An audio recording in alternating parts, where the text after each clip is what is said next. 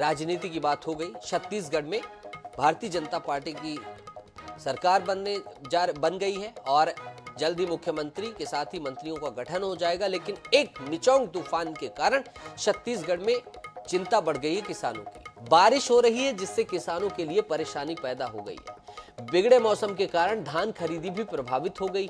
केंद्रों में रखे धान को ढककर बचाने का प्रयास किया जा रहा है। खेतों में कटी फसल के खराब होने का डर किसानों को सता रहा है। खरीदी केंद्रों में नमी वाला धान रिजेक्ट होने का भी डर सता रहा है। ऐसे में धान खरीदी केंद्रों में किसानों से खरीदे गए धान खुले आसमान के नीचे रखे हुए हैं, उससे भी चिंता बढ़ गई है और इंतजार है कि अगर नई सरकार का गठन हो जाए तो कोई आश्वासन मिल जाए। बहरहाल प्रशासन मुस्तैदी से लगा हुआ दिखाई दे रहा है। ये देख सकते हैं आप तिरपालों की व्यवस्था और ये 6 तस्वीरें आप देखिए। रायपुर, अंबिकापुर, पेंड्रा, सूरजपुर और बांदे और जगदलपुर, यहाँ पर बारिश हो रही है और किसानों के माथे पर चिंता की लकीरें हैं। जिनकी धान खलिहानों में और घरों में है उनकी ज्यादा चिंताएं बढ़ी हुई हैं, क्योंकि छत्तीसगढ़ का किसान इज इक्वल टू धान, इस तरह की बात है। यहाँ पर धान का कटोरा है छत्तीसगढ़ और धान को लेकर बेहद यहाँ पर संजीदगी दिखाई देती है। धान के मुद्दे पर पूरी सियासत हुई, धान के मुद्दे पर चुनाव लड़ा गया। भारतीय जनता पार्टी ने प्रति एकड़ 21 क्विंटल धान 3100 रुपए में खरीदने की बात की है। अब उस पर भी सबकी निगाहें टिक गई। अभी मिचौंग का असर है, मिचौंग की चिंताएं हैं और किसानों को उम्मीद है कि कोई जरा आश्वासन मिल जाए प्रशासन की तरफ से, क्योंकि अभी प्रशासन ही दे सकता है।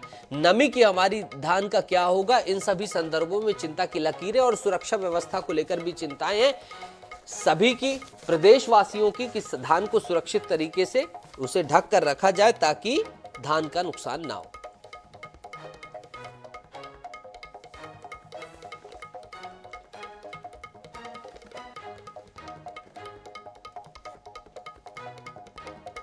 ये देखिए किसानों ने धानों को अपनी ढक कर रखा है। ठंड भी बढ़ गई है, पारा लुढ़क गया है कई डिग्री सेल्सियस। सभी किसान मुस्तैद हो गए हैं, अपनी अपनी फसलों को ढक रहे हैं, सुरक्षित रख रहे हैं। इसके साथ ही ये देख सकते हैं आप, फसलों को कई जगह नुकसान भी हुआ है। आगामी जुताई बुवाई को लेकर भी कई जगह डैमेज हुआ है और तमाम तरह के सुरक्षा इंतजामात भी किए जा रहे हैं, ढकने के इंतजामात किए जा रहे हैं। फसलों को, धान के बोरे जो पैक हो गए थे, जिनकी बिकवाली हो गई थी, उन्हें प्रशासन ने ढक दिया है, सुरक्षित रख दिया है। अब मौसम के छटने का इंतजार किया जा रहा है, खिलखिलाती धूप का इंतजार किया जा रहा है ताकि धान की खरीदी एक बार फिर से आगे बढ़ सके और सुरक्षित ढंग से खरीदी की जा सके और आगे की प्रक्रिया को आगे बढ़ाया जा सके।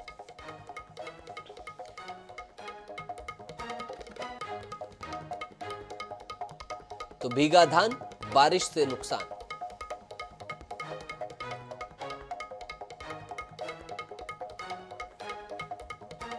पलारी से हमारे सहयोगी कुश अग्रवाल से हम जुड़ने की कोशिश करेंगे और बातचीत करेंगे।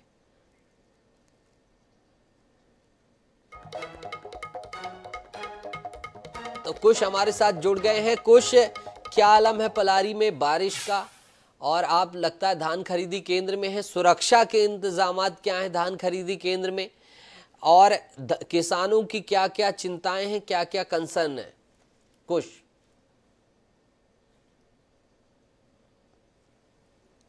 जो मंडी है, आज हम यहाँ पे आए हुए हैं, ये आप देख सकते हैं कि पीछे जो खरीदा हुआ धान है उसे तालपत्री से ढक कर रखा हुआ है। लगातार 3 दिनों की बारिश से यहाँ जो है किसानों से धान खरीदी बंद है। और ये जो धान है, जो किसानों की सबसे बड़ी परेशानी है, जो टोकन ऑनलाइन कई किसान जो कटवा चुके हैं, अब उनको चिंता ये हो रही कि अगला टोकन कब जारी होगा उन्हें, और टोकन जारी होता भी है तो धानों में जैसे कि पानी गिरने की वजह से नमी आ चुकी है, तो नमी की वजह से फिर उन्हें धान बेचने में दिक्कत आ सकती है। हमारे साथ कुछ किसान भी हैं, अब आइए उनसे बात करते हैं। भैया, आप यह जो धान बेचने के लिए आए हैं, तो क्या दिक्कत आ रही है?